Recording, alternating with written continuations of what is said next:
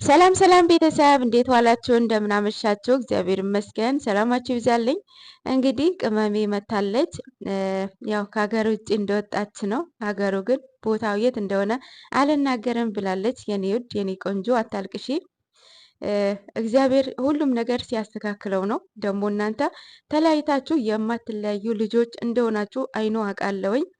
አንዳንዴ የሆነ ነገራቶችን የሆነ አለ አይደለ ብቻ ሳታስቡት የሆነ መስመር ይስትባቸዋል እና እንዳልኳቸውም ባለፈው አስታወሳቸው አይደለ? ባለፈው እንትና ብሩኬ ሄዶ ነበር አይደለ? ዱባይ ማን ነው ሀሰን የገባበትን ድራማ እንደዚህ መስመሩ ይስታል። እና ምንድነው አሁንም ተለያዩ በቃ ብላችሁ ተስፋ ትቆርጣላችሁ። ኖ ተስፋ አትቁረጡ፣ አይለያዩም። እንደምታፈቅረው እኮ እየተናገረች ነው። አሁንም ወደፊትም እንደምታፈቅረው እየተናገረች ነው እና እሱ ራሱ እኔም አፈቅርሻለሁ ብሎ ሼር አድርጎታል ማለት ነው። እና የኔ ውድ የኔ ቆንጆ የኔ እናት ያው እስከ ጥግ ላሳየው ላስተምራው ብላ ነው እንጂ እንደዚህ አይነት ሪሊ የለም። ሀሰን እየሰራው ነገሮችን የአይነት ያኔ በብር የሚገዙ ሰዎች አይደለም ትዳር ማፍረስ ይቅርና ሰው ራሱ የሰው ነፍስ ራሱ የሚያጠፉ የሉም እንዴ? በብር ተገዝተው ማለት ነው። የእናቴ ልጅ እየተባባሉ አብረው ተያይዘው ለዚህ ደርሰው ደግሞ እንደዚህ የተገነባ ቤትን ሲያፈርስበት ይሄ ጤነኛ ሰው ያደርጋል ብዬ አላስብም። ደግሞ ያደርግም ማለት ነው። ምንድነው አሁንም ቅመሜ አገር ውስጥ ናለችው፣ ከሀገር ውጭ አይደለችም። አንዳንድ ውሳኔዎች ይጠቅማቸዋል፣ አንዳንድ ውሳኔዎች እንድትጸጸቱ ያደርጋቸዋል። የቅመምዬ ውሳኔ መጀመሪያ ምን ነበረ? ቡታጅራ ላይ የነበረው ከቡርኬ ጋራ ተለያይተናል የሚል ነበረ። እሱንም መስመር አስያዘችው ብሩኬን ማለት ነው። እቺ ታንከሲ ሲሆነች እየሩስ እውነቱን እንድትናገር አደረገች። ከዛ ከተናገረች በኋላ ያሁን እውነቱ ተናግራለች። ዋናው እውነቱ ቅመሜ መስማት ዋናው አይደለ? ከብሩኬ ምንም ነገር ሪሌሽን እንደሌላት ፍቅር እንዳልሆነ እልህ እና ይሆናል አይደለ? ብቻ እውነቱ ዋና መስማት ዋናው ቅመሜ ማለት ነው። እዛ ጋር በደንብ ካያቸዋት ቅመሜ ምንም ነገር ፊሊንግ አላሳየችም፣ ምንም ነገር ማለት ነው።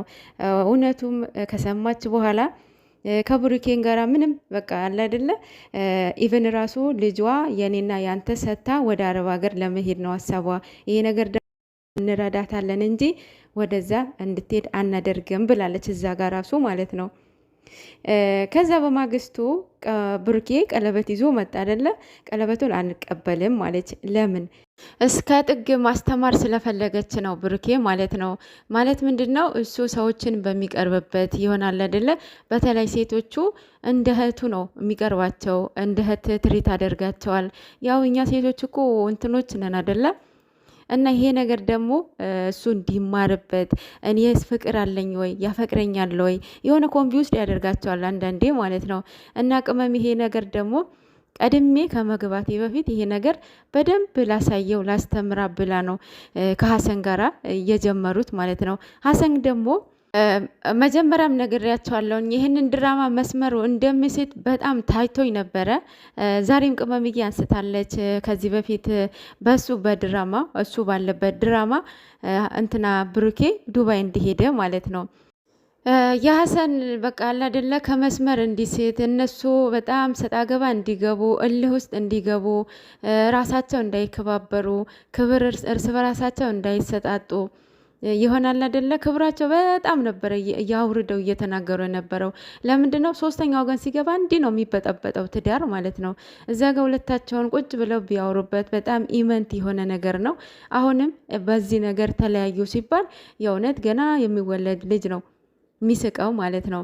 እና ምንድን ነው ቅመሜ ማስተማር የፈለገችው ነገር ነበረ ብሩኬን ማለት ነው። አንዳንዴ ደግሞ አላደለ እልህ በጣም ቤት ያፈርሳል በጣም ማለት ነው። የእነሱ ልህ ደግሞ በጣም ኦቨር ነው። አንዱን ሆት ሲሆን አንዱ ውሃ አይሆንም፣ አይበርዱም። ሁለቱም በጣም ሰጣ ገባ ነው የሚገቡት እና እንደዚህ አይነት ደግሞ አንድ ላይ መቀጠሉ ትንሽ እንትን ይላል። እና አሁን ምንድን ነው ያው አገር ውስጥ እንዳለች ነው እኔ ኤክስፔክት የማደርገው ብሩኬም ሼር እንዳደረገው እኔም አፈቅርሻለሁኝ ብሎ ሼር አድርጎታል። ከዚህ በኋላ የምናይ ይሆናል። አብረው ታያዋቸዋላችሁ። በዚህ ተለያዩ፣ በቃ አበቃ የነሱ ነገር፣ ቆረጥ ተስፋ ቆረኩ ምናምን እያላችሁ ነበረ። ኔቨር ተስፋ አትቁረጡ። ተስፋ እግዚአብሔር ነው። እነኚህ ልጆች ያገናኛቸው እግዚአብሔር ነው። አሁንም አንድ እያደርጋቸዋል ማለት ነው። አንዳንዴ በችኮላ የምትወሱትን ውሳኔ ይጸጽታቸዋል። የሆነ በቃ አይደለ እንደዚህ አይነትን ችግር ሲገጥማችሁ ከፍቅረኛችሁም ከባላችሁም ሲገጥማችሁ መስማማት ሲያቅታችሁ ለራሳችሁ ጊዜ ውሰዱ። ለብቻችሁ ማንም ሰው ሳያስፈልጋችሁ ለማንም ሰው ማለት ነው። ለራሳችሁ አስቡ። እንዲህ አንድ ቀን ራሱ ቫሊዩ አላት አይደለ?